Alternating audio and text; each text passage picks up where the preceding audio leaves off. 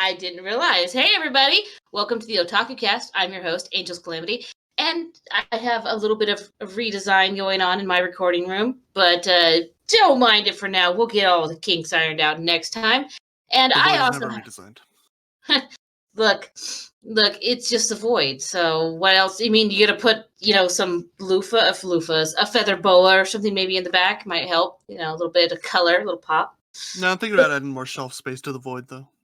Shelf space for the void might be good. But yeah, anyway, surprisingly, the one thing it lacks, shelf space. If you want to see more of my content, Angel's Calamity on YouTube, Angels_Calamity. And for now, I don't have a lot going on my channel. I've been really busy time for me. But there will be more videos very, very soon. And don't forget my co-host, Directionally Challenged. Hey, I'm Directionally Challenged. I also have a YouTube channel at Directionally Challenged. I recently threw up another episode of Code Vein. Still haven't beat it yet, but I'm going to. And I got plans for this year to be the year of Pokemon knockoffs. Ooh, Pokemon knockoffs. Oh, there's a bunch, and I'm looking forward to them. I got one for you. Yeah? Yeah. If my audio is a little bit wonk right now, my good mic is down right now. It's dead at the moment, so sorry. This is what I got. It died, it did. It did, and I struggled with most of pre-show to try to get it set up, but I think I broke it even more. The mic game ended itself. Sorry. Proper. Yeah. Game over. Game over, man. Game over. But as you guys should know, this is our last episode of Season 2 of the Otakucast. We're so glad you guys could be here for it. Yeah. We got some special news today, too. We got spicy stuff going on. So, little spicy. Little spicy. Well, why don't you start off with some of that little spice with our first news story, DC? So, y'all know Death Note. I'm sure a lot of you know Bakuman. So, apparently... You don't know Bakuman? It's like, I believe that's the manga about manga. Oh, that's interesting. Yeah. So, Death Note and Bakuman creators Platinum End Manga is getting a new anime. Brand new. The dark fantasy manga Platinum End is written by Death Note's Oba Tsugumi and illustrated by Bakuman's Obata Takashi. It's set to receive a TV anime adaptation in the autumn. Platinum End is their third manga collaboration and has been serialized in Jump Square since 2015. Follows a boy named Mirai who attempts to take his own life after suffering abuse at the hands of his foster parents. Not only is he saved by guardian angel Nase, but she also informs him that God is set to step down in 999 days, and Mirai is one of the 13 candidates to replace him. That sounds like a really cool concept. That sounds like the plot of Future Diaries. Does it? I've not seen Future Diary, so it's on my list. I read the manga, so that might be something we talk about later. Maybe. Platinum End is slated to air in autumn 2021. Yes. So, yes, very cool. Very cool. Sounds cool. Sounds interesting. And I'll hit us with the next bit of news. The Promise Neverland, which we watched here for season 1 of the Otakucast, is recently aired its second season, and it's also getting a game app. The official Twitter account for the Promise Neverland series announced on Friday that the series is getting a game app. More details to be revealed at a later date. And the first anime adaptation appeared in January 2019, and the second season was delayed.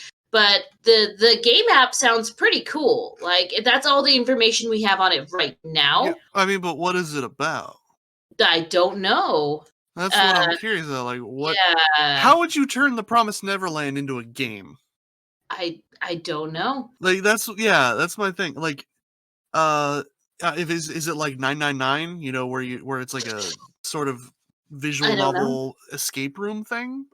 I have no idea, but either way, it's should be good. I mean, the anime is good. It's got a second season that's airing now. There's one live film adaptation that opened on December, and Amazon is developing a separate English language live action. So, Oh, great. It's developed by Amazon. It's going to be fantastic. It might be good. We can be... I don't trust anything live action that's not being directly developed by a Japanese production company. Chase in chat says, hide and seek with Crone. Ooh. Yeah, No, no. that does I not mean, sound like a good that's time. a Crone terrifying game. was If one of it's the like, creepiest oh, characters. what's that grandmother game? The like started off as a Grandma's mobile app. house. Yeah, Grandma's yeah. house. It's Crone's house. You gotta Ooh, escape Crone. That would be good. ooh, That'd be interesting. ooh, ooh. So, And then for some sad yeah, news, go ahead. somber news. Voice Somber actor news. Brad Venable passes away at 43. He voiced One Piece's Scratchman Apu. Told you we're never getting away from it. Attack on Titan's Dawes and Devil May Cry 5's Griffin. Members of the English language voice acting community, including Christy Kate and Natalie Hoover, confirmed on Friday that Brad has passed away. The date and cause of death were not specified, but he was 43 years old. His first role was in Toriko. Again, he voiced Scratch Manitou in One Piece, Dawes in Attack on Titan, Khajiit in Overlord, Shisami in Dragon Ball Super, Gaki in He's Hunter x Hunter, Byro and Byro and Byro Byro Crazy. in Fairy Tale. And he's been in Yeah. video games like Devil May Cry 5, Fire Emblem Heroes, and in the recent Final Fantasy VII remake and Demon Souls remake games. So may he rest in peace, and we have lost a good one. He's been in a lot of things. Sad, somber news. It is sad. It is sad. Otaku casters, our hearts go out to his family. I hope you guys are doing all right. So it's hard. Perk us up with a little bit of better news. Yeah, let's try and bring it back a little bit. Yes, indeed. Our final news for today is actually what will play into our topic for the day. That's right. Crunchyroll announces 2021 winter anime lineup. There is a lot of stuff they've got going on, like I'm a Spider, so what? So I'm a Spider, so what? Which is one of the animes that I reviewed. As you guys should know, normally for the season final opening episodes and ending, and the first episode, yes, we've been reviewing a new seasonal anime, and it might be some of these might be some of the ones you guys are going to hear about today. Yes, Laid Back Camp season 2. Yeah. Go ahead. That time I got reincarnated as a slime season 2 and Attack on Titan the final season. I was watching season 1 of the time I got reincarnated as a slime. I will definitely be catching season 2. I am excited to see where that anime goes. And I will watch Attack on Titan, all of it someday. We have Dr. Stone season 2. Dr. Stone's good. I read the manga. It's good. I want to. Remember when we had the character tier battle list? Yeah. And you need to. I was just like, I need to watch this. Yes. We've got Given the movie, which is a continuation of the TV series of the same name. I've never heard of it, but sounds good. I have never heard of it either. We had Jujutsu Kaisen continuing, and ReZero. Well, as you guys know, we're not finishing Jujutsu Kaisen here. No, we're ending with episode 12, but I want to tell you guys episode 13 is out, and episode 14 is airing this coming Friday. So the day this gets released on YouTube, episode 14 is going to come out. Yes, very cool. And ReZero, Starting Life in Another World season 2. And then we have some weird new ones like ABCIE. Is that how you would say that? Working Diary. I don't know. There's a lot that are going to be coming out. Anime Azureland Slow Ahead, Armor Shop for Ladies and Gentlemen 2, Bungo Stray Dogs 1, which is like a little parody little thing that they do. Which is a bunch of things they're doing. Dr. Umue, Mysterious Disease Specialist. That might be another one we discussed today. Who knows? It's a mysterious mystery. No. X-Arm, Heaven's Design Team, The Hidden Dungeon Only I Can Enter, Aichu Idols, Non Biori Nonstop. I don't know what's the quintessential quintuplets 2. Tropical Rogue, Pretty Cure. True Cookie Master Boy. Uma Masumi, Pretty Derby Season 2. I see horse girls in that. Am I? Yeah, I mean, there was an anime like that before that I remembered, so. Yeah, Wave, Let's Go Surfing. Wick Sauce, Diva Alive. World Trigger Season 2. Yami Shibai, Japanese Ghost Stories. That's season, or Gami Stories 8. That sounds awesome. And Yotogami-chan, Kansasasu Nikki 3. Yeah, that's So we won't go into a lot of the other ones, but they are going to be bringing back some of the series that we've already seen. Black Clover, Boruto, Case Closed, that's never going to freaking end. The new Digimon Adventure, Dragon Quest, The Adventure of Dai, which I actually talked about at the start of this season, and just so you know, is fantastic. Interesting. I'm interested in recommend. Digimon Adventure, and then Yashahime. Y'all know I'm watching the Inuyasha original series. As soon as I finish that, I'll just be able to dive right into the Yashahime. It'd be fine. And of course, One Piece is still kicking around. But those are just some of the anime that are coming out. We didn't list all of them. There's a bunch that are still continuing, like that new anime we discussed but didn't get into, which is Oh Suddenly Egyptian God, which was very interesting. Yeah. Oh yeah. Oh Yeah.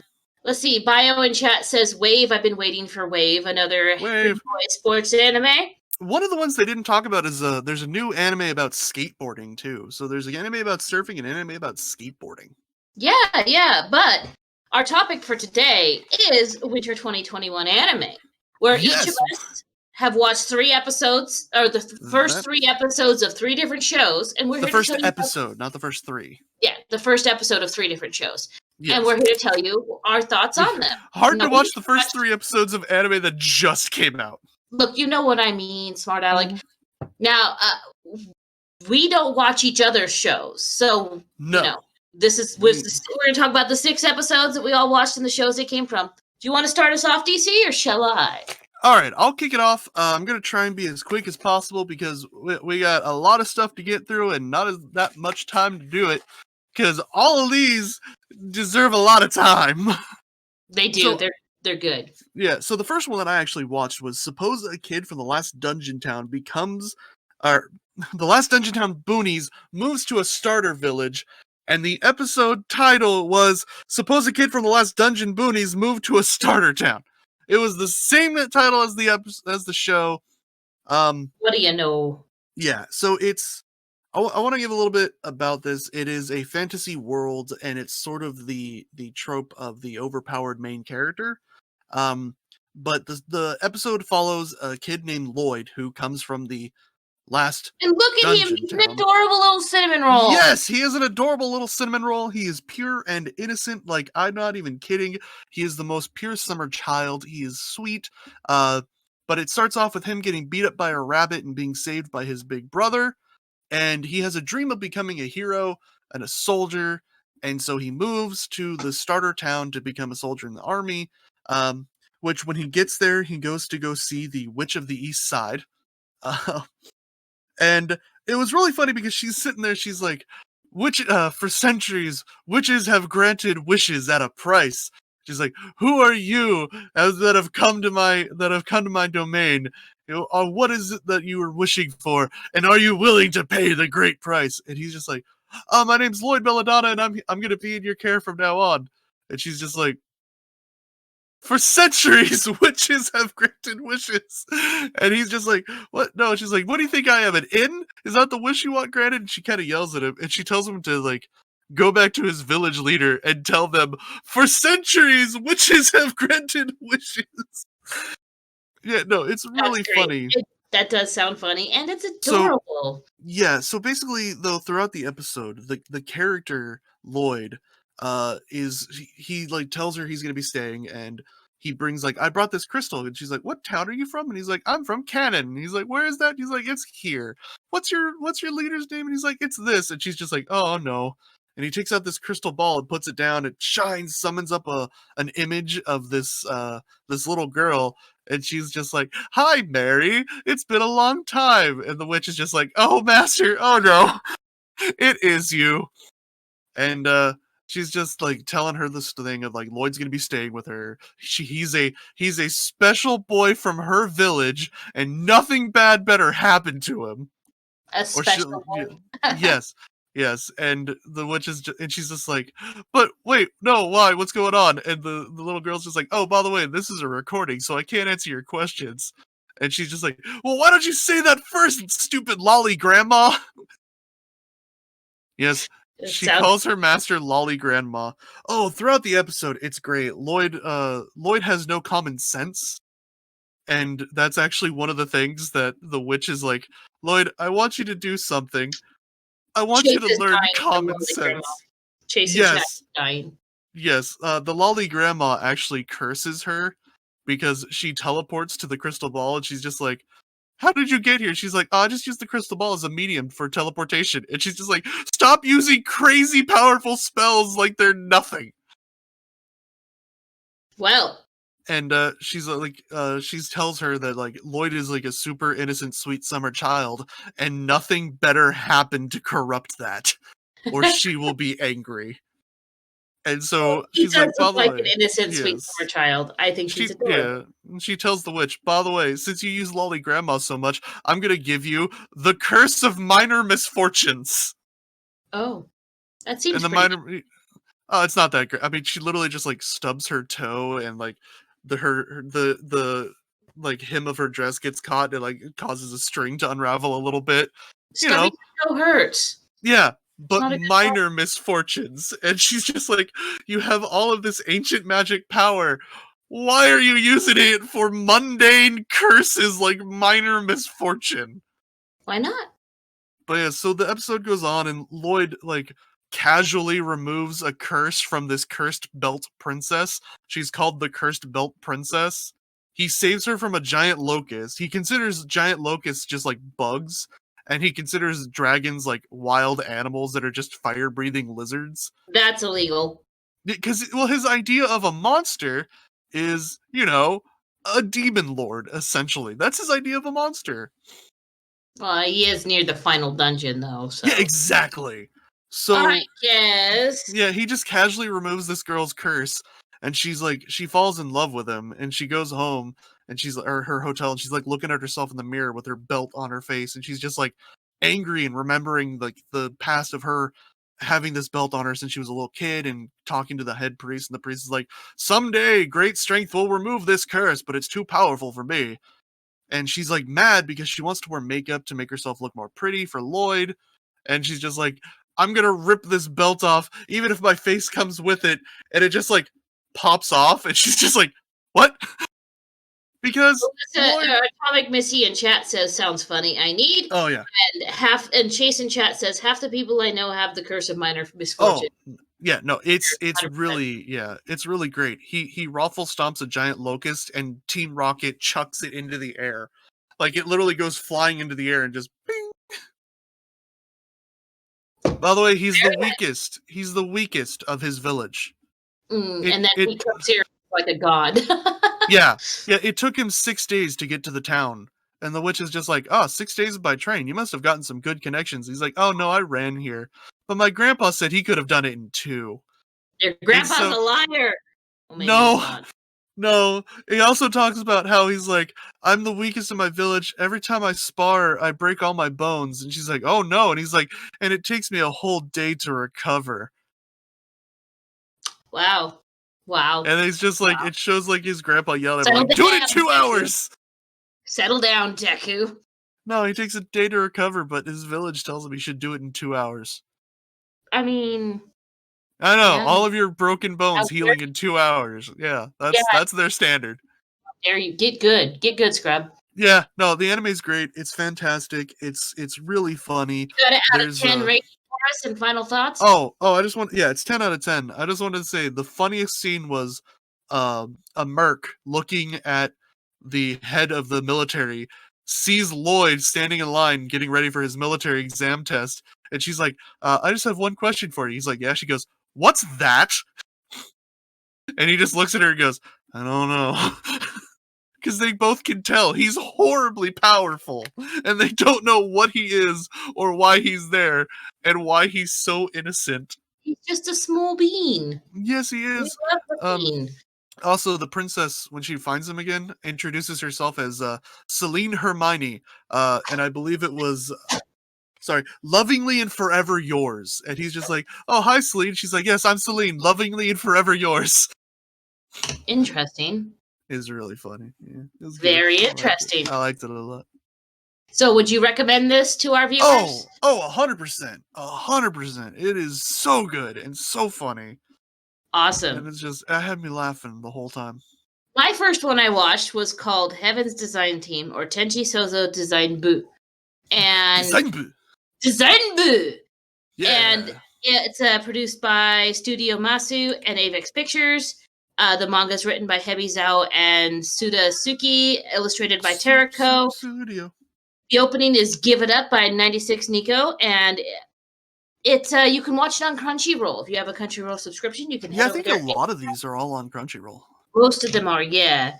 And okay, so the concept of this anime is that God, go to Christian religion in this anime at least, God created everything, and then when it came time to create the animals, he's like, I'm busy, I'm going to outsource it to a different team.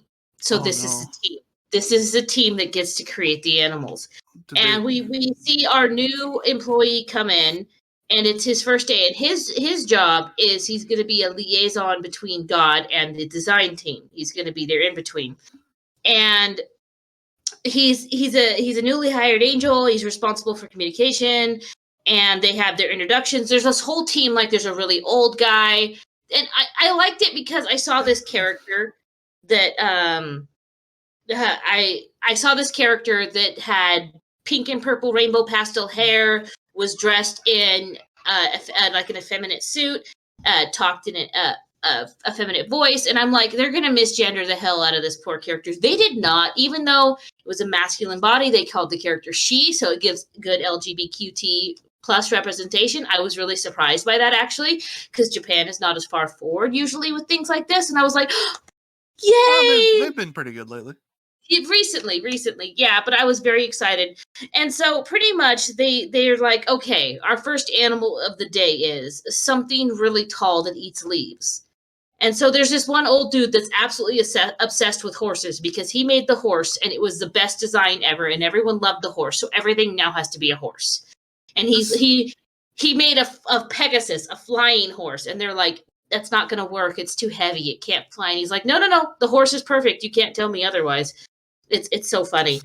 It seems like it's a really hard concept to stretch into a series, though. I don't know, but they do it well. The characters are really, really lively, and they're really good. So anyway, they eventually sit here and do this back and forth until one person comes up with a deer with a really long neck, and they take it to they have a prototype lady. She's a prototype lady. She's really spicy, really has lots, very sassy, and she makes a prototype of it, and it just passes out because its legs are too short, its neck is too long, and its blood does not pump to the top of its head. They tweak the redesign, eventually come up with a giraffe, but it's just funny because there's one dude, I call him the tasty dude. The only way he will approve an animal is if he gets to taste it first. It has to taste good. Of course. So every single failed prototype, he's like, he's got a fork and knife. Can I eat it? Is it tasty? And he was already sitting there eating the giraffe as God was approving the design. It was just really funny. It just reminds me of the failure that was Long Island on One Piece, and they had a horse, which was just a horse with really long legs. Gotcha. But then it goes on. They also have these cute little segments that where like it's like, oh, this is the real animal in the real world, and this is what it looks like. It's not really a show made for kids per se, because some of the jokes and the way it's written, but it's still it's very cute. It's like, it could be a show for Japanese kids. It could be. Different countries, different I would let my kids watch it, but I let my kids watch most of anything. But they're like, oh, the giraffe has to give birth standing up, and they do these little chibis, and it's like discusses a giraffe. And then they went on this thing where there's the one dude that made this bird, or the one person that made the snakes. He's like, I'm going to tell you my new revolutionary design. Imagine a horse, and it's like a slideshow at a business presentation. He's like, we're going to take away its front legs. We're going to take away its back legs. And two different holes, one for defecation, one for reproduction. We're going to get rid of that. And he's like, a snake. And then the snakes start eating the birds. And the one very pretty lady that made birds. Filthy jokes. Yeah, this is true. Shrek does. But the one lady that made the birds is like, no, your snakes are eating my birds. So then they kept modifying the birds and then modifying the snakes, and they had this little war. And then they peered down. That's what that one image is, them looking down through a porthole to watch how their animals on Earth are doing. And eventually the lady the pink and pastel hair lady, she made a bird that eats snakes, a secretary bird. Yeah. It's just really funny. And it Hawks made too, everybody yeah. angry. It's great. It's great. Yeah, hawks do too. And I have accidental link pages in my notes because I'm not the smartest sometimes.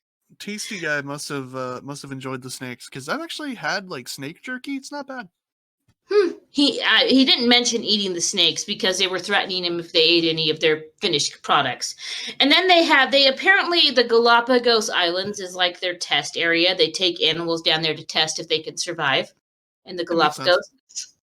So they were playing with anteaters and armadillos, and then the one dude that made the anteater, the anteater did its like little threat pose, which is like a T pose, and the tasty dude was following it around ready to eat it because he swore it had to taste good. It ate ants and it didn't eat other meat, so it's gonna taste good.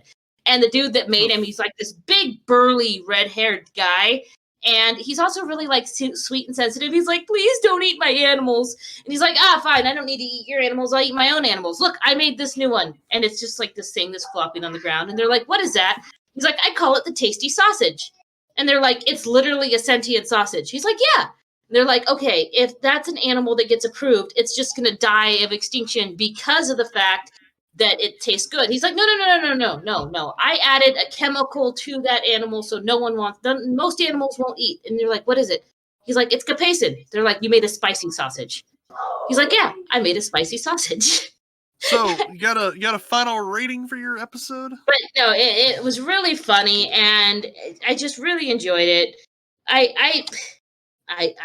You watch it on Crunchyroll, as I said, and I lost my page where I was looking at give my us your notes. final rating then. You're right. Okay, I gave it a 7 out of 10. It was just really entertaining. I want to watch more. The characters were engaging. It was funny, very lighthearted, very cute, very ooh-woo. And then they ate the tasty sausages, so win-win for all of them. Yeah, I mean, they have to. Chase in chat says we got the rudest snakes. Well, you are in Australia, so and I don't know. I've never eaten a snake, Bio, so I cannot tell if you're right. It's not bad. Tell us in the comments if you've ever had snake. I think it's not bad. So speaking of animals eating animals and people eating people eating sausages, I want to talk about. Yeah, don't worry about it. So I want to talk about So I'm a Spider, So What? Which is the Japanese actually sounds better, which is Kumo desu ka nanika? Nanika? So it is also adorable. The little spider girl there is a reincarnated girl as a spider. The episode title was Reincarnation in Another World. And it starts off with the like normal school day, like everybody's in school, blah blah blah, kids doing kid stuff, studying, and then just like magic explosion, school gone. And the main character is like, oh, where am I? It's all dark and hard. And she like busts out and she's in an egg. Hard. Yeah, she's in an egg. Oh, okay. And basically she realizes that she is now a spider. And she kind of like has like a little moment of like, what's going on? What's happening? Why am I a spider? How did I die? Am I really a spider? Is this a spider that's inherited my memories? Or what's going on? And then she's just like, you know what? I'm just gonna, I think, therefore I am. That's my philosophy from now on. That works, I suppose. Yes. And so she tries to like come to a realization of what's happening, and she feels hungry, and she's like, oh, I didn't eat lunch. And she sees like the other spiders are just eating each other, and she's like, I gotta get out of here. And she runs, and there's this giant spider, and she's like, oh, are you the daddy spider? And it gets like mad and tries to attack her. And she's like, oh, I'm sorry, you're the mommy spider. I'm sorry. Oops. And she sees that the spider is just like stabbing all the little spiders and eating them, and she's just like, not you too, mommy. Oh no. Yeah. Well, I mean, they are spiders, so. Oh yeah. So she like tries to figure out where she is, and she's like, oh, it's like an isekai. And she's like, oh, in isekai they have like skills and stuff, like, and like appraise is such a broken skill to have. And then she hears a little voice that's like, you have 100 skill points. Would you like to spend 100 skill points to earn appraise level 1? And she's just like, yeah, it's super broken in all the isekais. She's like, so of course, even if it costs all my points, I'll do it. And she gets appraise level 1, and she's just like, ha ha ha. See, with appraise, she's like, take this rock. It may look like a normal rock, but if I use appraise, it just goes rock. And she's just like, and she just chucks it. She's like, well, of course a rock's a rock. What am I thinking? And she walks over to a wall, and she's just like, ha, now then, with this wall, if I use my appraise skill, it should tell me I'm in such and such dungeon or such and such land. And she's like, appraise. And it just goes, wall. And she's just like, starts shouting appraise, like, appraise, appraise, appraise, appraise, appraise, appraise, appraise. And it just goes, wall, wall, wall, wall, wall, wall, wall, wall, wall. And she's like running around trying to find a way out, and she sees like this cave full of all these monsters, and she's like, oh, I'll try out my appraise skill. She's like, appraise, and it just starts shouting like, bat, bat, bat, bat, bat, wolf, wolf, wolf, wolf, bat, wolf, bat, wolf, wolf, bat, bat, and she's like, too much, too much. Because it's appraising everything. Oh no. Yeah. She's just like, all right, well, hopefully this is just, it's because it's a low-level skill. That's what it is. It's a low-level skill. Stop. She also tries appraising herself, and it's spider, unnamed. Stop it. Spider, unnamed. Yes. That's cute. And she sees some footprints, so she chases after them, and she sees like they're human footprints. She's like, oh, it's humans. I'll just be like, look at me. I'm a friendly spider. I can talk. I'm sure this will work out, and they'll take me and tame me, and we'll be best friends, and blah, blah, blah. And then like she comes across this giant dead spider, and she's just like, right. This is they kill you when they see you type of situation. No, that's not good. No, but it does scare her, and that causes her to release webbing. And she's just like, oh yeah, I'm a spider. I got webbing. And it cuts to her like shooting webs everywhere, and she's just like, hi, this is my, like, I'm a spider. This is my crib. Look at here. And she's like, I've got defensive walls here, here, here, here, and here. I've got places to rest. This is a little capture area. And she's like, and of course, I have hidden exits in case things go down. And she's just like, yeah, I can. Yeah, oh, she is adorable. She's like, I could spend like all day here and not have to worry. She's like, in my real life, I was a failure as a human, and I was a shut-in NEET. And she's just like, so you know what? Being a failure human is the best, because being a NEET is the best. Yes. I mean, why not? Why not? Yeah. But she ends up capturing a prey, which is a frog. She gets into a fight with this frog. It spits acid at her, and the game is just like, you've obtained acid level 1, or acid resistance level 1. And she's just like, okay. Sounds a lot like reincarnated as slime, similar concept, but it sounds like when I would watch like a low. She has an epic battle against this frog trapped in her web, though, and like she bites it from behind, and she's just like, she kills the frog, and she's like, the frog was like screaming as I bit it, and she's like, that means my fangs must be poisonous. Just like evil laugh. I mean, as one would. Yeah, so she eats the frog, and it cuts to this scene where there's all these humans who join the military, and they're like, there's this prince of the kingdom and this daughter of the duke, and they're talking, and people are like, oh, he's so handsome, blah blah blah, and the duke's daughter's like, you're a real lady killer. And then like everyone's like, the duke's daughter, she's so gorgeous, look how cute she is. And he's like, prince is like, oh look, they're calling you cute. She just goes, shut up. And they meet with this elf girl, and they all like get together, and the prince's sister shows up, and like they end up getting led off to these other two, and like the prince has this weird dragon dog thing, don't know how to describe it, and they're just like, oh, this is the prince of this kingdom, and this is the princess from this kingdom, and she's going to be the next saint, and he's going to be the next sword king. And they're like, all right, that's great, but who are you on the inside? And they're just like, oh, I'm such and such from such and such class. And then it's like, oh, I'm such and such, and I'm such, and like the duke's daughter's like, oh, I'm Okano-kun, and they're like, what? really? And they start laughing at him because they're like, look at you, you got changed to a girl. And he's just like, yeah, you don't think it wasn't weird for me getting used to this? Poor dude. Because, and then the little dog thing is just like, well, I'm so and so, and like flips her ear. And they just start laughing, and they're like, forget about your sex, you changed species. Wow. And then we have the spider girl, right? Yeah, but no one knows about her.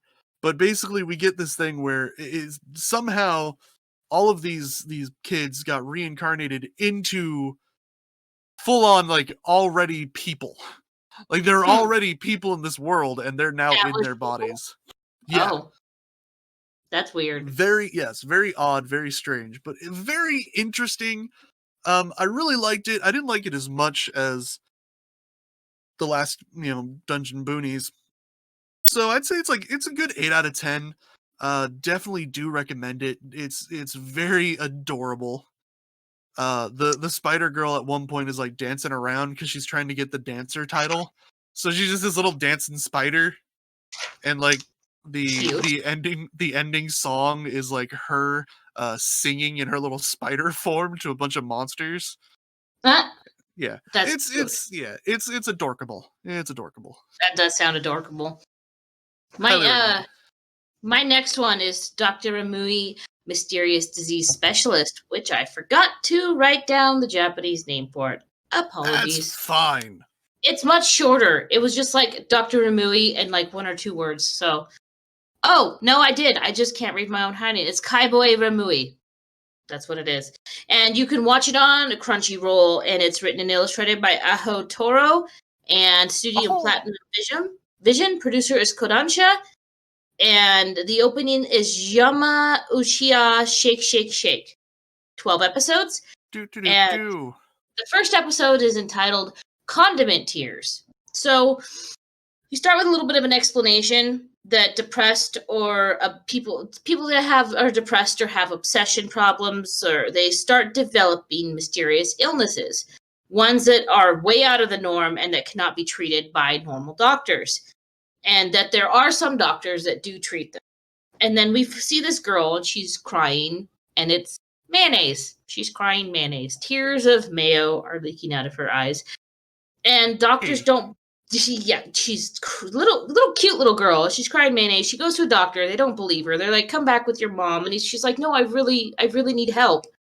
And then there's a stranger that watches, standing on the sidewalk. He's got black hair, and he watches the doctors turn her away.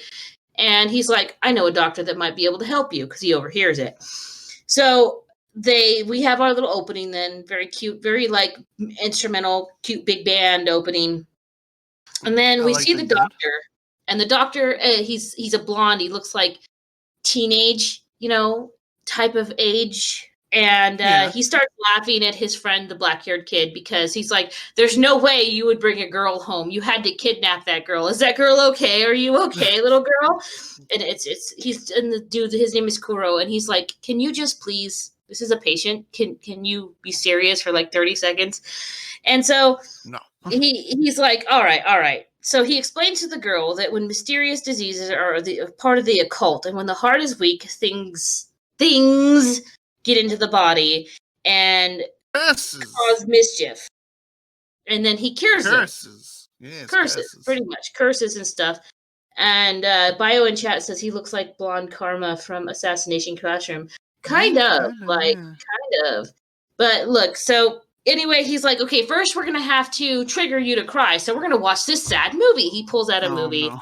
It's a sad movie. They put it on, and Kuro and Dr. Ramui and the little girl are all watching it. Little girl doesn't shed a tear. Dr. Ramui is bawling his eyes out the whole movie. It was called, what was the movie called? It was called Mother and Daughter for 10 Days was the movie's title. Okay. And so, look, they both realize that the girl is the young actress in the movie, the little girl. Yeah. She's the actress in the movie. And she can cry on command, but so they ask her, "Can you cry on command right now?" She starts crying, and it's soy sauce. And she really starts crying because how much it hurts. It's soy sauce coming out of her eyes. Yeah. And so And then she explains that she's also cried ketchup, ponzu sauce, noodle soup base, So she and cries condiments, kind of. all condiments that you can think of. She cries them, and she can't cry normal tears. And her mom tells her not to cry when lonely or sad. Save all your emotions for when you're acting, and she's forgotten how to cry for real. And so the doctor's like, I'm onto this. So he prescribes a tea, and he gets a little clear teapot. It's little goldfish tea bags, I'm sure you've seen them in anime. I've seen them. Yeah. Yeah, and he's like, they're real. You can get them. Those are cool. And then he's like, you need to drink the tea, and it'll help. And then it will take a little bit of time, though. And then if you need it in an emergency, use these contact lenses, but use them very sparingly. They have really bad side effects. So he gives her the contact lenses, gives her the tea, sends her home. So at home, as she's leaving, you can see she's got like a little tag on her bag the doctor put there, and it's got an eyeball on it. And Kuro talks to the doctor. He's like, "Are you sure that's going to help?" And he's like, "No, I'm working on it. She'll be back. I'll be back." So at home, her mom wants her to get better and work hard and make more money. You pretty much find out that the mom is pushing her to do all this acting. The daughter doesn't want to do it. She wants to be a kid again. She wants to have her mom back. But her mom's so obsessed with the material possessions and how much money her daughter's making that she doesn't really care about her daughter's feelings. Like when her daughter expresses, she's sitting there drinking the tea and she suddenly looks up at her mom. She goes, "I want to quit." And she put both of her hands over her mouth. And mom flips out on her, starts screaming, yelling at her, like really, really mean to the girl. And the girl keeps saying, like, "I don't want to do this anymore. I want you to cook homemade meals for me again. I don't want any more store-bought food. I want to have the relationship we had back then," and all this kind of stuff. All right. So, And so anyway, it goes on that the doctor was watching all this through the tag. He reveals that the tea was actually, it's not the tea, it's the pitcher. The pitcher, if anything poured out of that pitcher, whoever drinks it has to speak what's on their mind, has to speak the truth. So it goes on a little bit. The girl puts the contact lenses in and she becomes like really hollow. She doesn't feel anything. And she goes to work. A couple days later, the girl starts like getting black on the edges of her hands and feet, and find out doctor actually comes to the girl's house, crawls in through the window.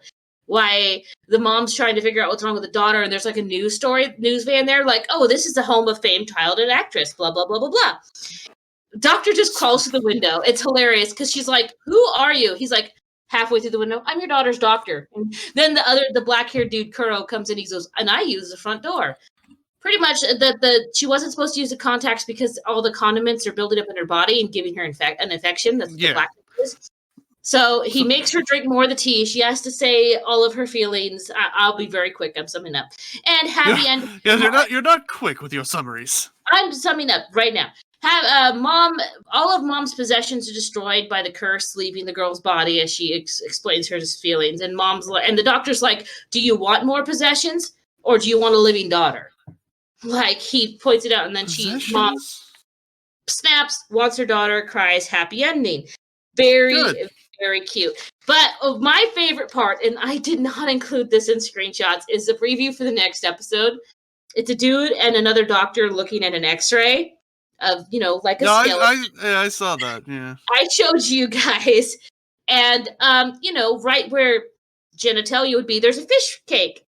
And the doctor's like, "Yep, yours is a fish cake." And I'm definitely going to watch the second episode because I have to. Well, maybe not if we want to throw those up as maybe. But anyway, I give it 7 peen fish cakes out of 10 because it was just really charming. 7 condiments. 7 condiments. No peen cakes. Interesting concept. Very humorous. I want to know about Dr. Kuro and the Dr. Mui and Kuro because they have like a big brother, little brother relationship, and decent animation, decent music. Like it wasn't the greatest animation, but it was still good. It wasn't 3D animation, so that's good. Okay, I'm done now with that one. All right, so I'm going to talk about Back Arrow Episode 1. Do guys from the skies have undies? Yeah, that's the name of the title. That is the title of the episode. Okay. Do guys from the skies have undies? Yes, Missy. Sorry, I just now caught up in your chat, and it is actually really sad. What was one that So went on with the daughter? so this okay. I didn't really know much going into a lot of these. I didn't expect giant robot fights, but I got giant robot fights, and I was happy. Okay. So basically, what happens is there's this continent surrounded by a giant wall, and to the people of this continent, essentially, the wall is God. The wall is life. The wall is God. There is Okay. nothing beyond this wall. Like that religion is Attack on Titan. It kind of feels more like the rest of Earth just got tired of flat earthers and just chucked them on an island and threw a big giant wall around it because their whole belief of like the Earth's surrounded by a giant ice wall. So yeah, if you do that, no one's ever gonna leave because fight. Anyways, and I didn't say a swore. I said fine. Anyways, so you find out there's two countries. One is Luto that focuses on intelligence, and one is the Republic of Rekka that honors valor. You meet this dude named Shubi. Yes, his name is Shubi. Yeah, Shubi Dooby Dooby. And basically, he's like the head seer, and he predicts this sign of the Phoenix is going to bring down. What is it? It's called a Rakuho, which is like some treasure from the wall. And it's like it's fallen out of the sky, and they're like, we gotta send some people to get it. But little did you know, General Kai is already on the way to grab it. Because Is General Kai the guy? Is he the guy? General Kai is the invincible general, is what he's called. It's the guy. And he shows up. The Rakuo falls between the border between the two countries, and they're grabbing these things out of it called bind wrappers, which are these little metal rods, and there's just like boxes of them. And essentially, what they are is a tool that summons forth something called a Brighthite. Okay. Yeah. So you throw it on your arm, and it brings out your conviction into a robot suit. Oh. And so the kingdom of Luto shows up, and they're like, "Give us the Rocco. We're here. We just want that. Give it to us, and we won't start anything." And the general's just like, "Nah."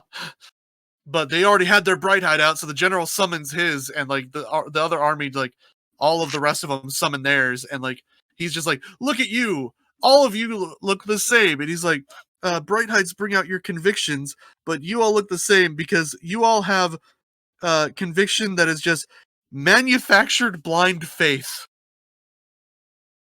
I mean, and yeah, so they 4v1. General just like lets them hit him, like all four of them punch him, and he's just like, it's a warrior's grace to allow his opponent the first hit. And then he just throws them into the air and spins a little like naginata around. Boom, fire, destroys all four of them. Literally, apparently in a Brighthite battle, if you are defeated, you're destroyed. Like, you disappear. Oh. Poofies. That's not good. No, it's not. And so we cut to a second Rocco falling, and Shubi's like, "Aha! My prediction was right!" And this girl that's with him is just like, is it normal for two to fall? Doesn't it normally like one a month?" And he's like, "Yes, normally it is one a month. Two never happens." Well, there's two. Yeah, so they go to chase it, and it's falling into the lost land of Iki. So they're trying to go after it, but that could, it's basically a no man's territory. No country owns it. None of the two countries. Mm-hmm.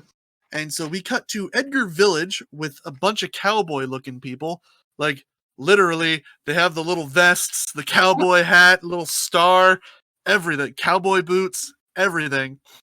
And we meet some characters by the name of Bit and Aisha. Bit is firing at I can't remember. They called it a like horn hair or something like that. But he has a gun that fires arrows. Okay, that's I don't know. Sure. And then like they get the horn hair, but he didn't do it. He got scared, and his sister shot it. And she's like, you didn't pass your trial of your trial of maturity or your trial of manhood. And he's like, shut up. And so we also get another thing where it's a bunch of people are dragging like herbs and berries back, and there's this girl Atlee who gets introduced, and they're like, Atlee, we want to play chopscotch. And she's like, don't you mean hopscotch? And they go, no, chopscotch. And they hold up this stick like this thick, and they're like, all right, it's your turn. Break this with your head. What? And they're just like, she just goes, I don't want to play your games. I wouldn't either. Nope. No. Nope. But there's this little girl, she almost falls off a cliff, gets whipped and saved. So basically we find out she's the sheriff of this town, Atlee is. Oh. The town is basically starving, and the only food they have is that one monster rabbit. Oh. For an entire village. That's not good. No, but the Rakuho that was falling crashes into a mountain nearby, almost hits Bit and his sister, but she throws him out of the way. But the Rakuho crashes into his house and then lands into the ground, and he's just like, my house! Poor guy.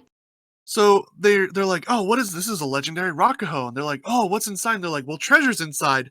And the some kids just like, oh, well, what about that dried food that Bit trades for with the other villages? They're like, that's a treasure. And the doctor of the town's just like, well, yeah, that is a form of treasure. So the village convinces themselves that what's inside of this is food. Uh-oh. So they have this big festival where they've got it over a giant fire, and they're trying to cook what's ever inside. And Shubi and this girl like go to the village, and they're spying on them because they're from a different country. They don't want to get seen, and they're just like, what's going on down there? And he's just like, they seem to be performing some kind of ritual.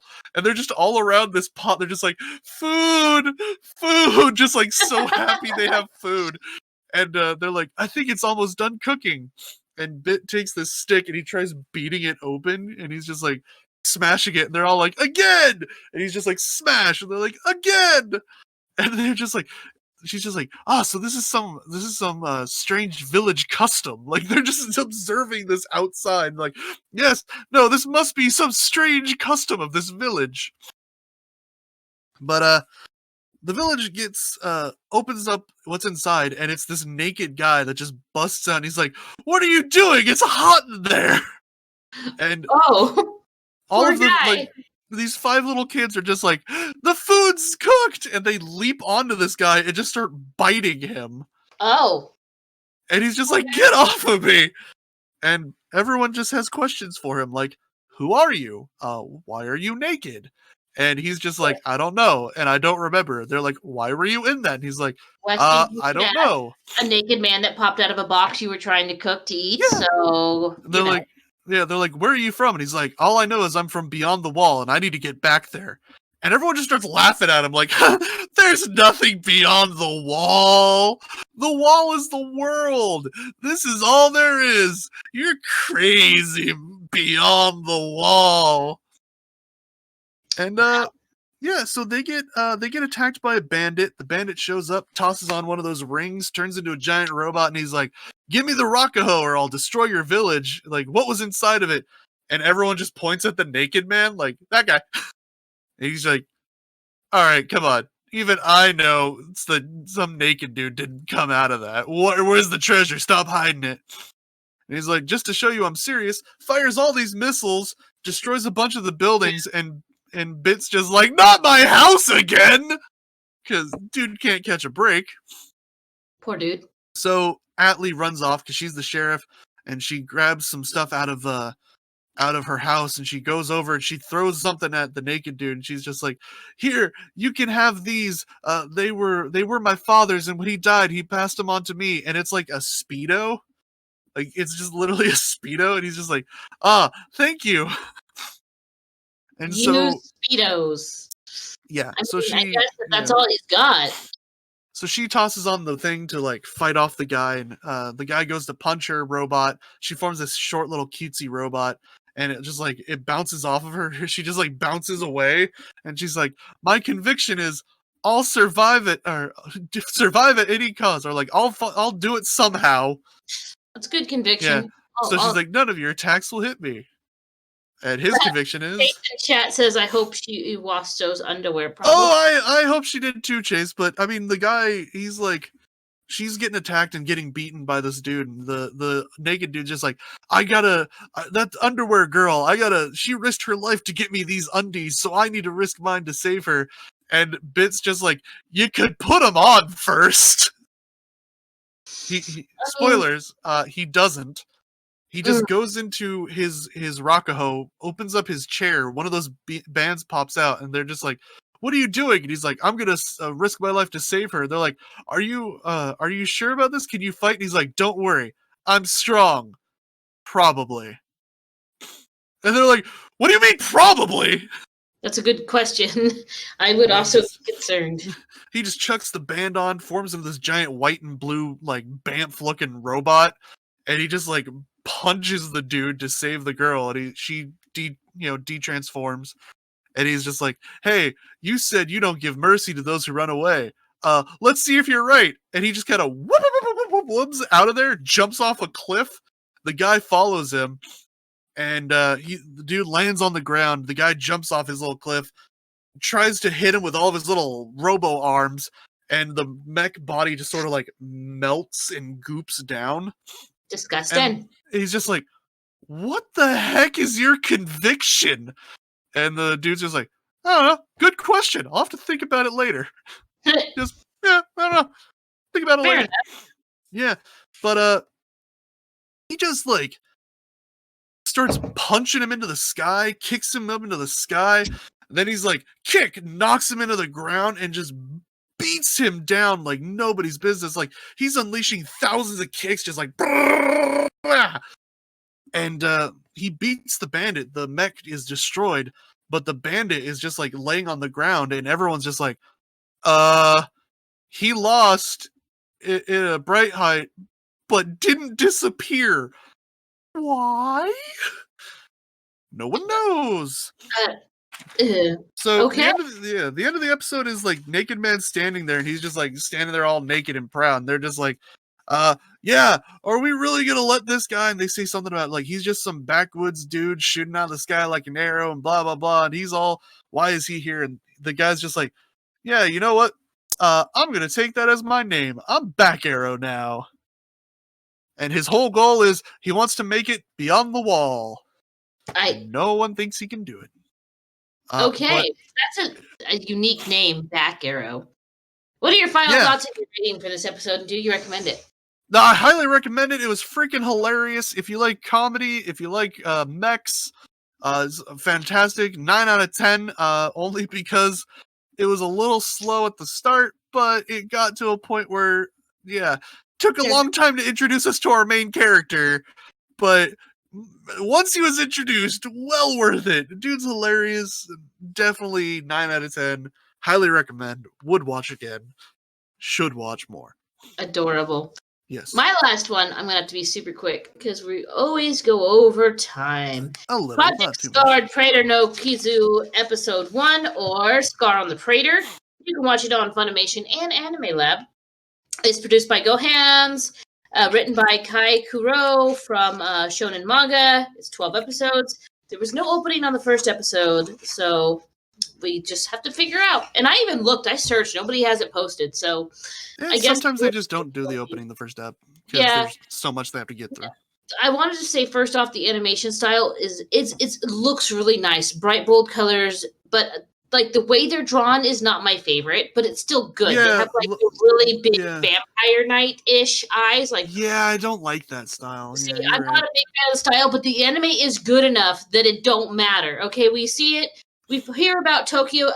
Tokyo's Akatsuki Special Ward. It's a lawless part of Tokyo. Guns, drugs, warring factions. Most people have left it. Pretty much left it to like the gangs and stuff that run it. But there are a few people that literally cannot leave. They have nowhere else to go and cannot afford to go anywhere else. And we see someone standing protectively T-posed in front of 2 kids, taking just a barrage of bullets that are like shattering against his body as he's protecting these 2 kids. and it's like an invisible field. There's like little smatterings of light. He's got like two revolvers, superpowers. and he turns back and he smiles at the kids, and he's a hero. We find out that it goes in more detail about how awful the place is. You hear about how awful this place is like 3 times during this first episode. They really want to ram home. Terrible. Yeah. How bad this place is. But we see Yamato, the big brother, and Minato, the little brother. They've kind of adopted each other, and they live in this little apartment, and they're talking about how they're going to get food. Apparently, Yamato, he protects people in the area. He's good with fighting. He's got a gun, and he protects people for money. And that's he's a really nice guy, but they struggle to survive, but they're doing okay. And then he goes out on a job. So they see this young guy, kid harassed by some thugs. He saves him, and then our hero comes up, and he's like, "I want that kid." And Yamato is like, "No, you can't have this kid. I just fought all those guys for this kid." So they fight each other. Great fight. The hero. This is the same one that was doing the T-pose we saw in the first scene. And Yamato fight. And it's guns, it's flips, it's light shows, it's really good. I would go into detail, but I just don't have enough time. And he's like, "You're pretty good at fighting. Are you a scarred?" And he's like, "No," because apparently like the tattoos that they have, they're called scarred. They like give people that have those tattoos, give them like powers. It's very cool. Scarred. Got it. And they also are immune to bullets. When you have a scarred tattoo, bullets won't hurt you. Like, they won't pierce your flesh. They're still going to hurt when they impact your body. But it's like having a natural bulletproof vest. Your entire body has a bulletproof vest on it. And so he finds out that Yamato and the hero had the same goal. They were both trying to protect the kid. The hero was hired to go save the kidnapped kid from some rich politician that was hiding out in the war to get away from blah, blah, blah. And Yamato was just doing it because he was a nice guy and he saw the kid was in trouble. Yeah, he's just there.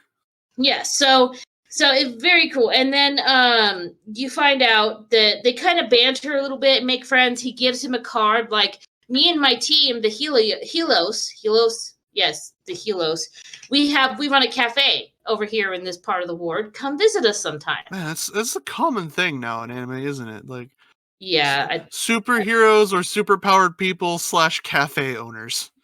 Yeah, look, I don't know. So, and he goes to his little cafe and he's talking to his own brother, because there's 2 people at the cafe. You see the hero at the cafe.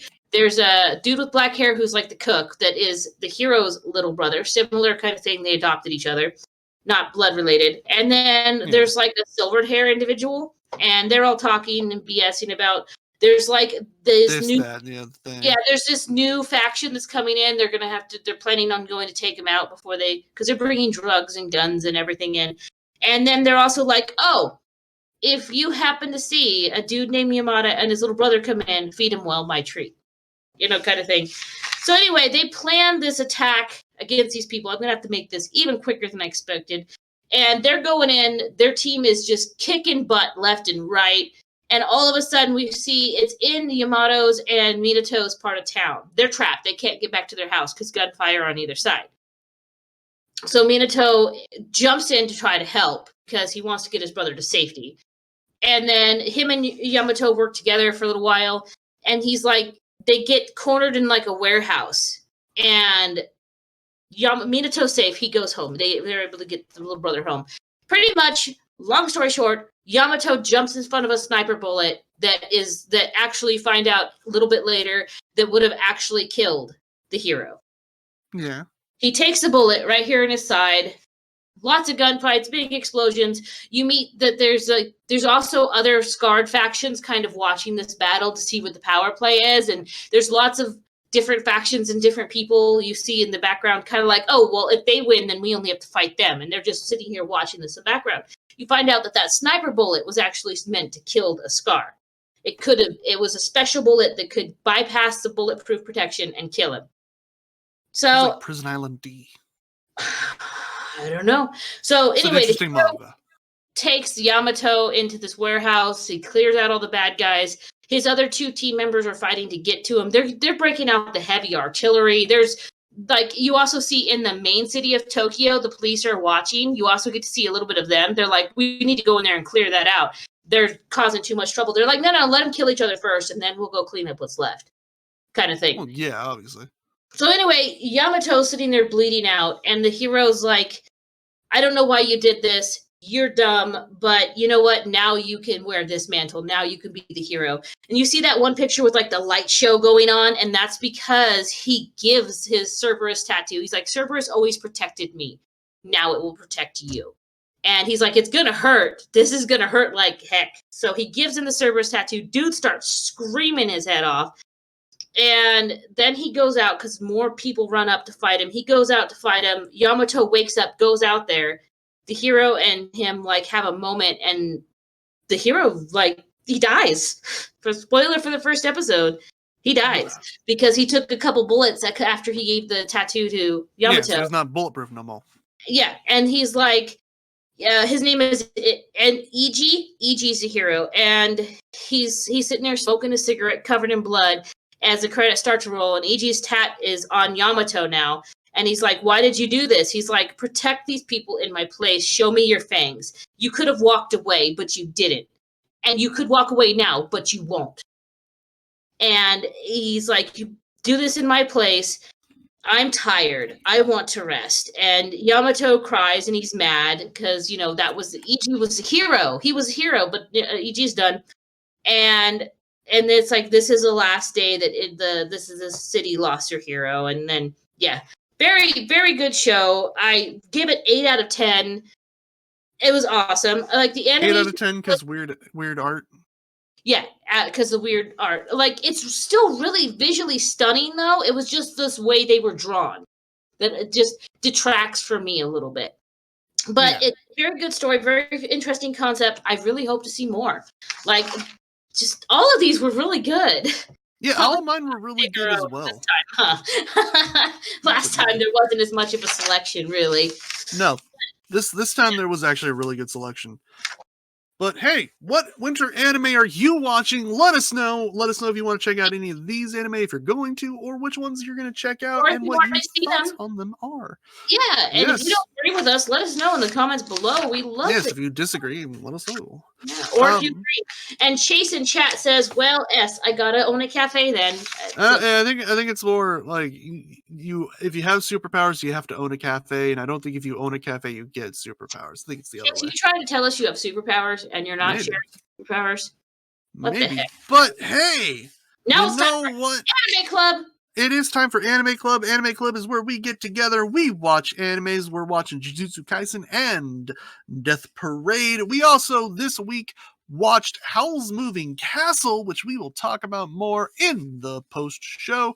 See the post-show, you gotta be a patron. It's Patreons only. Yes, and we can swear in it. We can. And I'm definitely going to talk about that one thing I couldn't really talk about from that one episode in post-show today. So if you want to see it, you can be a Patreon for as little as $1 a month. So, anyway, let's start off with Death Parade, Season 1, Episode 12. Season 1? It's only one season. That's how I write it because it makes sense. Death Parade, and the episode 12. Title is Suicide Tour. That is the name of it. It is... Yes, look. Relatively, I'm going to say this. I'm going to just say it at the start. Relatively, not much happens in terms of like, oh no, we gotta like go through and like break down everything that's happening. A lot of it is just like emotional moments. Yes, it was they're moments. So there's not a lot of warning this episode. We should have done that before even saying the title. There is some upsetting references, and we will do our best to soften the title, but I don't think, in all honesty, because I know myself, in all honesty, nothing is shown, and it's not even really talked about. It's just the episode title and the after events, but none of those events are actually shown. It's not really even recapped. Last episode was a little harder on that, but Yeah, still. the last episode was, but I even for me, it was just like a brief moment. It goes by really quick. So we see pretty much Deckham's on the phone getting the memories. We see the painting and see the memories. Yeah, reflash of over those. And Oculus. We're back to that. He's And Chase and Chat cried really hard. It's so sad. It gets you thinking a lot, though. It makes you so upset. That's for sure. It does. Look, it does. We'll get to the upsetting bit.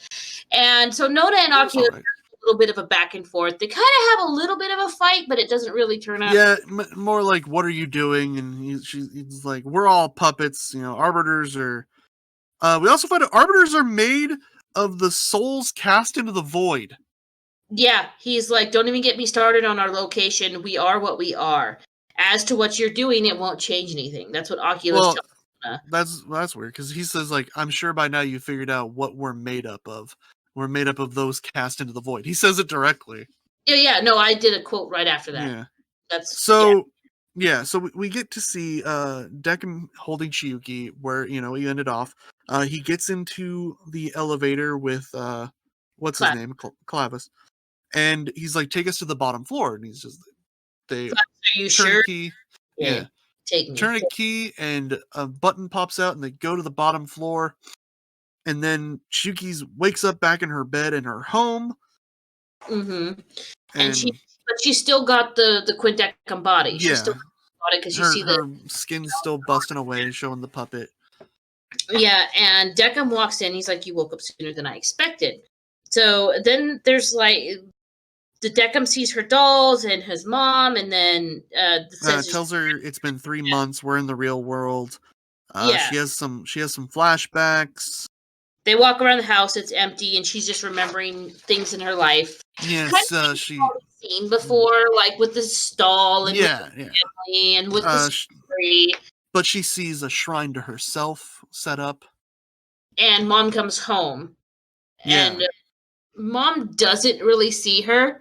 They're just watching Mom, and Mom greets the Chiyuki shrine. Yeah, she's like, "Yeah, I hate Chiyuki. I'm home," and it's very cute in a way. Yeah. Still, you can tell. Deckham tells her, "We're not here to see your mom." Yes, and he explains that there's 7,000 people die per hour, and that life is always met with unfairness. And basically, I'm going to give you this in exchange for someone else. You push this button, you will come back to life. Yep, he gives her the sabotage remote and gives her that choice. It's just a living person's life. Yeah, and button, and she'll forget Quindecum. She'll forget everything and live, but she must choose quickly. So but she's like, well, it could be a family member or a friend that dies. And he's like, yeah, but there's over 7 billion people in the world, so it's highly unlikely. But I'm like, yeah, but not impossible. She considers it, and she gets more memories of her mom. Yeah. We see that one where, I want you to be a good woman thing again. Yeah. And like Mom goes to the shrine. She's like, I made too much. I made your favorite food. I always make too much. And she starts, the mom starts bawling her eyes out, and she's like apologizing because, she's like, I didn't see how you felt. I didn't understand. I didn't know. Yeah. And then Chiyuki starts bawling her eyes out, and it's like a very emotional moment. The mom, and Deckham won't let her. He stops. Yeah, and she's going to touch that button. She's like going to press it, but she stops. Now Deckham's watching her expressionly this whole time with no expression. This whole time while she's crying. Deckham being stone-faced Deckham this whole time. And she stops, you were saying. Yeah. And she's like, it's not wrong to want to understand others, and even if it is wrong, I don't care. Mm-hmm. And she drops the remote and says she can't press it. It isn't right. Everybody matters to somebody. Yeah, because she's having those flashbacks of all of the people that have been through Quindecum, and she's like, yeah, everybody matters to somebody. Everybody has someone like my mom out there. Yeah. And then the only thing Chiyuki wants is to talk to her mom, apologize to her, because she really, And Deckham, all of a sudden, when he hears Chiyuki saying, look, I don't want to come back to life. I don't want to exchange my life for somebody else's. I'm gone. but I want to tell my yeah. mom sorry. But she still wants to talk to her mom. She's still torn between it. And Deckham's Deckham just like very shook. And then grabs he his heart and drops to the ground. He starts bawling his eyes out, and like his eyes actually change. Like they don't stay the crosses, they turn normal. They do, yeah. Like she demands Deckham pushes the button instead and all this kind of stuff. Very upset. And his eyes do flicker to normal eyes, and he starts crying, and he's like, I'm terribly sorry. And then he's like, this is, but he explains like, this is sorrow. I'm feeling sorrow. Mm-hmm. And then he screams, just poor Deckham. Like my heart broke for all of them at this moment. But everyone's crying, and he's just everything like, shatters. The whole everything shatters. It's all puppets, and he's just like, he's so sorry, but he wanted to know her better. He wanted to understand her, and she just goes up and hugs him. Yeah, he was expecting her to be mad at him because you find out that her mom was actually a doll, and all this was staged down there in the down below where all of the puppets are cast away. Yes, it's a place where all the puppets, when they're done, why don't they reuse them? That seems terribly wasteful. Probably because they just seem to break like normally. There's a lot of questions to have about all this, but anyway, I mean, it's mystical, magical world. What's it matter? Yeah.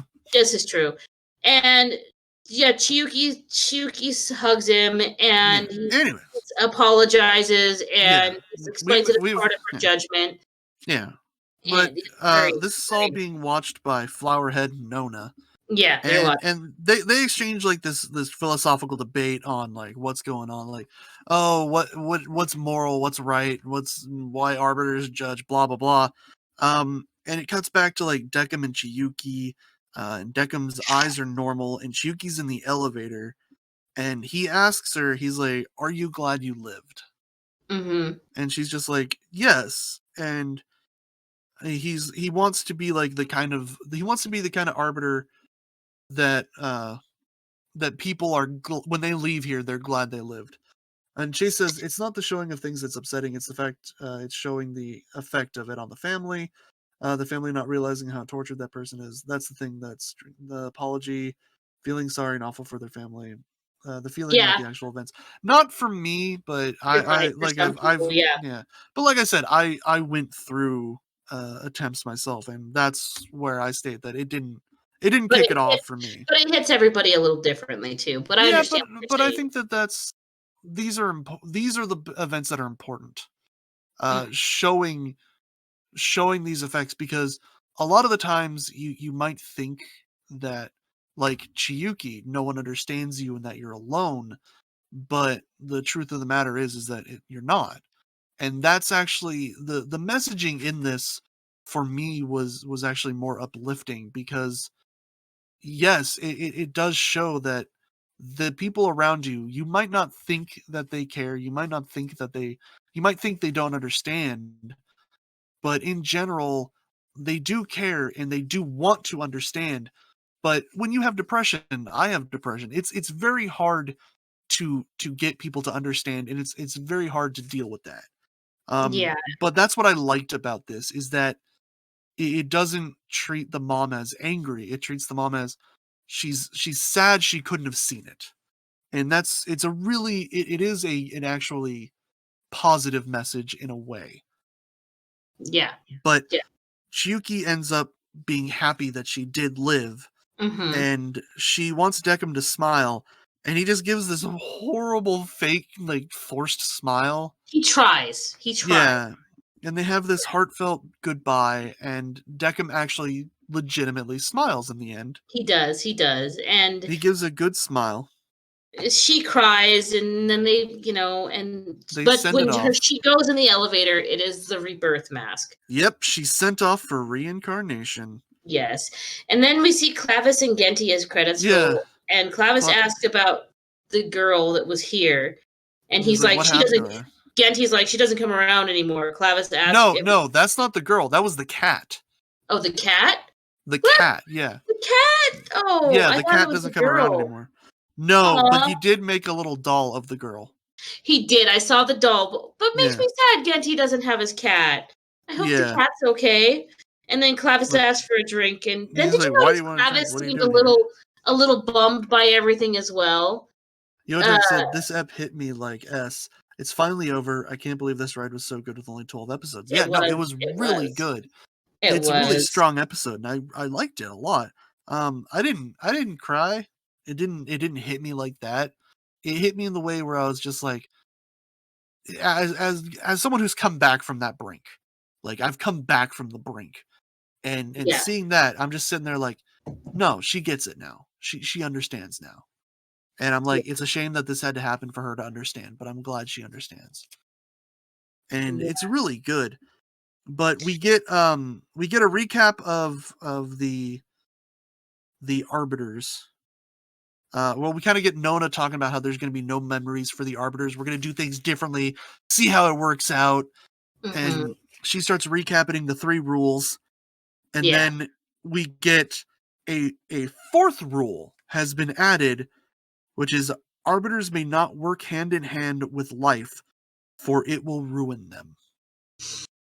Unacceptable collaborations. And 2 more guests arrive at Quindecum, and Decum smiles and greets has them. a nice little Chiyuki puppet sitting there, He which is really sweet. Chiyuki doll sitting on a chair But behind the bar, and we get if the you guys, opening. I wanted to say, if you guys notice, we didn't talk about the opening hitting because the opening music plays over the credit roll. Yeah, which was really nice. I like that. That was a nice little touch. Yeah, it was a really good episode, a really good show. And really solid it's just show. like there was a little bit more to it. And I'm like, there was enough things that was going on that I'm just like, I need more of this. I want to know more. Yeah, what happens to, like, was Genti another? I still think Genti had human emotions as well. I mean, what was going on with the Nona and Quinn, and what's Oculus gonna do about this? Like, is he the boss? Is she like? I don't need any more. I need because no, because the story that was being told has been told. No, I need answers. I need answers. I don't need answers because that's not what the show was about. The show was about Chiyuki. It was all about her and Decum. And that's all it needed to be about. And I'm glad that that's how it ended. It ended how it began, and it was a good ending. Decum. Look, it was good, but I would love to see like more, even a couple OVAs. There is an OVA, yes. There's Death Billiards if you want to check out. I will. But now we have Jujutsu Kaisen. Yes, Chase, no more. It ended the way it needed to. Exactly. No. Like if you have any more after this, it ruins that ending. Doesn't have to ruin it. It would destroy that emotional hit. It ended how it needed to. But we have Jujutsu Kaisen episode 12. Now, I do want to say there's an episode 13. We're not watching it. We're only going to 12. There is going to be a continuation. Again, as I said earlier, episode 14 is going to drop Friday, the day that this goes up on YouTube. That's when episode 14 drops. I am going to continue to watch this series. 100%. I'm going to continue to watch it. It has been fantastic. It has been a great adaptation of the manga. And in fact, it has been highly praised by manga fans for being such a good adaptation. Nice. Like, that's how solid it is. But this episode is called To You Someday. Yep. Now, and we start off in the building. I just have to ask you first. This episode hit you? It hit you in the feels? You get the feels? I did. Yeah. No, this is a harsh episode. This is one that, oh man, though, I gotta tell you, I got legit chills. I mean, there was one thing I called. I did call one thing that happened. That somebody was. Fun. But anyway, we're in the building, and Yuji's with the suit guy. And Yuji's on the phone with Nanami, and he's like, Nanami's telling him, "Yo, it's too dangerous. Don't go." Don't mess with it. And Leave it alone. and he's just like, Yuji's like, I gotta go, and he's like, yeah, I forgot who I was talking. Like, even to not be like, I don't know why I told him that. It was pointless. But it's fine. And we also see that the Nami is in the sewer with the one. Just many so many creatures. curses. Lots of cursed And creatures. he's just telling him, he's like, all right, And he's I'm with gonna leave this the to you. random dude, and he's like, if you Bandana can handle Man, this, yeah, yeah. get His a name is promotion, something. Eno. And he's just like, what's wrong? And he's like, that's just, there's a lot of them. He's like, well, if you do this, I'll think about that, getting you promoted to grade 1 sorcerer. And he's just like, all right, let's get going. Promotion. And Yuji and the suit guy is trying to prevent Yuji from going into school and messing with the veil. Yeah, that was a really nice moment with, I think his name was Ichiji, and he tells Yuji, he's like, I can't let you go. I don't want to make any more mistakes. Yeah. And he flashes back to letting Yuji go into the building where Yuji almost died. Mm-hmm. And like, it's a beautiful moment it's a beautiful moment of character development for Ichiji, because he is kind of spineless. Let's be honest here. And this was a moment of him actually like legitimately trying to stand up for himself and do the right thing. Which came to like, you're not going to stop Yuji. He's too fast. He's too strong. But it was a nice moment for Ichiji to like really honestly stand up. And we get, the back and then to where Yuji runs in anyway, and he runs into, and Junpei's in the school with the jellyfish thing behind him. Yeah, jellyfish Shikigami. Yep, and then we jump to them fighting, and Junpei's fighting the jellyfish thing. But the jellyfish is immune to blunt damage. Yep, and Junpei's just really upset. He's screaming about the value of a life, and yeah, he's kind of repeating what Mahito said about like emotions are just the metabolism of the heart or the soul, things like that, and he's gone crazy. We get a little flashback that the Mahito, aka Stitchy cursed guy, is telling Junpei that his cursed power is he can use a jellyfish Shikigami. He has poison. He'll teach him how to use it. And you should be able to use this for a long time, but with me teaching normally. But they continue the fight. Junpei like captures Yuji and the jellyfish, and he's like, go to sleep for a while. He's trying to poison him, but Yuji is immune to the poison, just busts out of the jellyfish. He does. He's just like, how did he do that? Yuji being Yuji. Yeah, because he's Yuji. Yeah, it's Yuji. And then Junpei's fueled by his loss fighting, and Yuji doesn't understand because he doesn't know what happened to Junpei's mom. And that's like this lovely moment, like he punches him out the window. Junpei goes to attack him in the air. Yuji dodges, and he starts crying. Yeah, and he's like, you don't understand. And he's like, this, and this. And Yuji's just like, you're just trying to convince yourself you're right. But then Junpei tells Yuji what happened to his mom. Yeah, he kicks him into another window. They get in, and he's just like, no, people can't have hearts, because if people have hearts, then that means that they cursed my mom and I with those hearts. And he basically just doesn't want to believe that anybody with a heart could do that to someone. And he attacks Yuji with his tentacles that like form little spikies, and Yuji just takes it.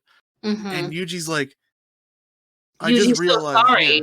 He's like, look, I'm sorry. I realized that, I said some stuff that he didn't realize that Junpei lost his mom, and he was being insensitive. So they talked. Well, he didn't know Junpei lost his mom until after the conversation. Yeah, really. And then he invites Junpei back to Jujutsu Tech. Yeah, he's like, come back with me. We can learn. You can get stronger, and we can get revenge on those who did this to your mom together. Yeah, we can give those guys what they deserve. And a wild Stitches appears. Yeah, he does. And he attacks, and he's like, Vessel Life Sakuna. He didn't even call Yuji by his name. Yeah, he's just like, it's good to see you, Vessel of Sakuna. And he just like, boom, manipulates his arm, throws him against the wall. And Yuji's so wholesome. He tells Junpei to run away. He's like, run away! And Junpei's just like, no, Yuji, Mahito's not a bad guy. And Mahito's like standing there with his arm around him. And Junpei's just like, wait. he did sort of turn a human into a giant monstrosity and a So tiny thing. And he's just like, pretty ah. much, Mahito explains to Junpei that he manipulated him and was using him this whole time. Yeah, basically like, oh yeah, no, I didn't. I was just seeing what was going on. I just wanted to have Yeah, some fun. and then he morphs Junpei's soul. Yeah, I wrote down here is like Junpei realizes a little too late that Mahito is a monster. And then he sends him Mahito's- after Yuji, and Yuji's just takes it. He uses a punching bag as he Yeah, yells he's for just Sukuna to heal him. yeah, he's like, Sukuna, just you gotta turn him back. And Sukuna just pops out and he's just like, He pops out like nope. right here. Yeah, and he's just like, one nope. eyeball and a tiny little mouth. He's like, nah, you're pathetic. You can't do it Yeah. yourself. You suck. Yeah, and Mahito's like, whoa, wait, he refused a pact? What? Yeah, and now Yuji offered him anything. Yeah, he said, I'll give you anything, just turn him back. And he's just like, nope. And then both Mahito and Sukuna are just laughing at him. And Sakuna's also gloating for how weak and pathetic Yuji is. Yep. And it's just really sad. Like, it's sad. And Stitches is shocked that Sukuna refused it, as you said. And Stitches is like, well, healing might be beyond Sukuna. And maybe he can't heal him. Maybe that's why he said no. And but Junpei falls. Junpei dies. Junpei dies. And Mahito's just like, I guess I was a little too rough transforming him. And then it just laughed about it. Yeah. And then, we get Yuji just punches him in the face. Just and just like and he does a Dragon Ball Z like not yet, but I just love that. Not yet, I'm sorry. I just love that the Stitches is just like, I'll just recover myself. Blood just gushes out of his nose, and he's like, what? And he struck my soul. Yeah, he hit his soul, and that means because he's a cursed vessel, and then that means Yuji knows the shape of his soul? Question marks. And Yuji's mad. And the best quote ever from Yuji, which was, I then said something that came so deep from my gut, it made all things I've said before seem like a lie. Yeah, from the very depth of his soul, he says, I'll kill you. I will kill you. I will.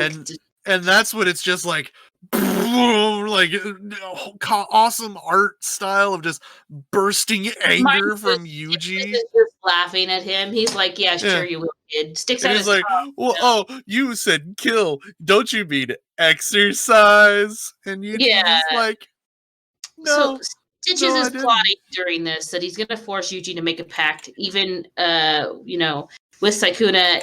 And he's like, even if I have to kill and murder the other students, even if I have to do everything. The idea was he knew making go against Junpei wouldn't make him form a pact, but fighting someone he couldn't beat might. And he's like, of course, that all relies on me actually being stronger than him.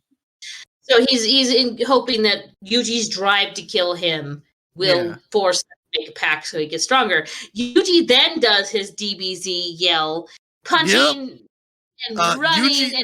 Yuji, I just put in my notes, Yuji smash. Because that's what happens. Yuji smash. Flipping his body, shape-shifting, trying to avoid. Throws drills and spikes. And Yuji just like grabs him and he like causes like little, like he grabs his little like drill tendril and he just like causes the spikes to come out, and Yuji just doesn't care, just slam it around with chain thing too. I love when he like grabs that and gets the spikes through his hand and he slams them into the ground. He's just like, most people would let go. Yeah, and then they get real close, and then Stitches puts a bunch of spikes through Yuji's chest, and he's like, I'll change his soul. And he reaches and tackles Idol transfiguration, and he gets like this little like shock, and it's just like, switch out with Sukuna and Idol transfiguration, and Sukuna's just like, how dare you touch my soul? This is mine. Don't do that. Yeah, and he's like, don't try it again. Know your place. I loved it because he said, because you and I shared a laugh, I'll let this one go. Yeah, but and then it was in Sukuna's domain. Yeah. know your place. That He was was great. just like, you insulted me this time, and I'll let it happen, but don't do it again. Oh man, that was another chills moment where Sukuna's just looking down at him and he's like, know your place. Yes, it was Just gorgeous. It was good. like Sukuna's not a good guy. Sukuna's a horrible villain, but at the It's like, same time, Daddy. you love him. Like you love him because he's just so bad. Like Chase in chat says that's definitely something a main character says. I love when he said I will kill you. Yeah, no, that was yes. a main character And then moment. Yuji grabs Stitches' face, and I'm like, snap He's his just neck, like, snap his neck, snap no, his neck. he's just like, I'm not switching out. And just headbutts him to heckin' back. Just boom, boom. Anybody boom. else's face would have been putty, mush, It was. brown It showed his face was all messed up that's afterwards. That's true, Like, but it would have been a lot worse. Shots Angel said, "Daddy, listen, yeah, don't of course. Sykuna's daddy. I will." So, but anyway, but yeah, Nanami just arrives. the entire time, Stitches was trying to get Yuji to switch with Sykuna, and but Sykuna's just leaning back and enjoying the ride at this point. But Nanami arrives, and he's like, "What's the situation?" And Yuji's like, "I couldn't save two people," and he's like, "It's always and he's others also first." like, "I'm full of holes, but I'm fine." Yeah. He's like, well, "Explain your situation first." He's like, "I'm fine, but I'm full of holes," and Nami's like, "That's not fine." And then Stitches is like, "You want a hug for our reunion?" Yeah. Oh, we're finally reunited after so long. Should we hug? Just like, And then Nanami sees that Stitches' nose is still bleeding, and they discuss it a little bit. What happened? He's like, "Oh, I punched him when at the start of our fight." And he's like, "All right, situation number 1, 2, and 3." And so they're gonna team up to beat him down. They're like, we need to exercise him. His attacks won't work, but Yuji's will, and they will work together so they can win. And then that's the end of the episode. And then we get a little this end scroll. Jujutsu Sanpo. Yeah.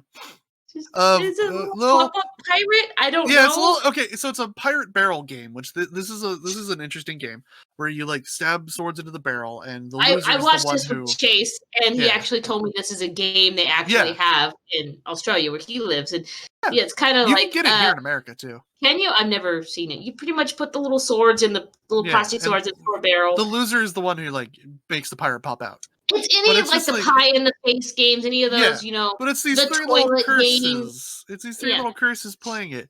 Now the community is divided on this Jujutsu scroll.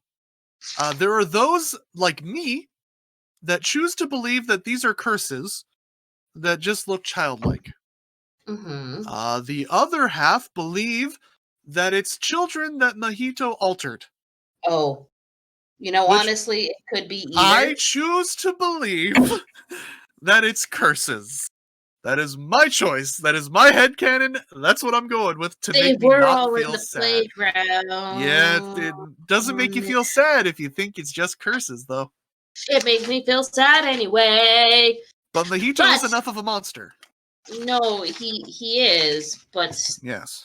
Still. Anyway, that's about it for Anime Club this time, and thanks for watching and being with us for this season of Anime Club. And don't forget, we do the movie at the after show, like I already said. And you guys will have to keep an eye on our social medias for the animes you're going to choose for next season. Keep an eye out for the animes we're going to watch in Anime Club, and for our wild card pick for the movie for next season, which you guys will have to watch in a couple weeks when we come back. And thanks. Keep an eye on if you're in the Discord, which you should be. We'll post news there, and keep it on the Twitter. And then, as always, thanks to our Patreons, Chase, Soul Reaper tier, Zach Cake, a Jonine tier, Alyssa AXO, Soul Reaper tier, and Adam S, Soul Reaper tier. Thanks, guys, for being awesome, being here with us, and we appreciate you. We do appreciate you. Again, though, do let us know what winter anime you're going to watch. And if you have suggestions for 12 to 13 episode animes you would like us to watch in Anime Club, don't be afraid to leave a comment and tell us in the Discord if you have a choice. And if you guys agree or disagree with our feelings for the episodes we watched, please let us know. Good times. But that's about going to wrap up season 2 of the Otakucast. Thanks everybody for being here. Thanks for being awesome. We'll see you guys see you next after time. the break for season 3. Woohoo! Bye. Take care.